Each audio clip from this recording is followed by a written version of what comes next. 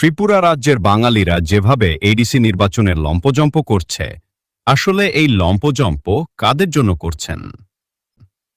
ত্রিপুরা রাজ্যের মধ্যে মোট এডিসি আসন সংখ্যা ২৮টি। এর মধ্যে একটিও বাঙালি সংরক্ষিত আসন নেই।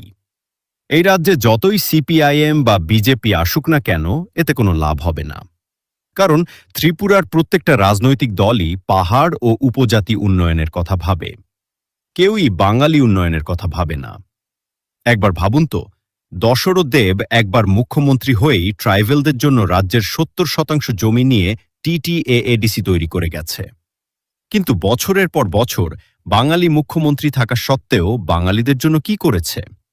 উল্টে আরও বাঙালিদের মাথায় ট্যাক্সের বোঝা চাপিয়েছে। চাকরির ক্ষেত্রে বা শিক্ষার ক্ষেত্রে ট্রাইবেলদের জন্য ৫০% ছাড়, আর বাঙালিদের জন্য কোনো ছাড় নেই। উপজাতি উন্নয়নের দোহাই দিয়ে অল্প শিক্ষা নিয়েই ট্রাইবেলরা হচ্ছে বড় বড় সরকারি অফিসার, আর বাঙালিরা উচ্চশিক্ষা নিয়েও হচ্ছেন সেই অফিসের সামান্য ক্লার্ক। কোনো ট্রাইবেল সামান্য ক্ষতিগ্রস্ত হলেও তাকে সরকার পক্ষ থেকে লক্ষ লক্ষ টাকা দেওয়া হয়।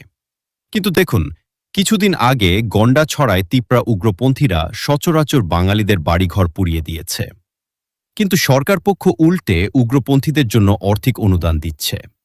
আমরা এমন একটা রাজ্যে বসবাস করছি যেখানে উগ্রপন্থীদের জন্য আর্থিক অনুদান প্রদান করা হয়।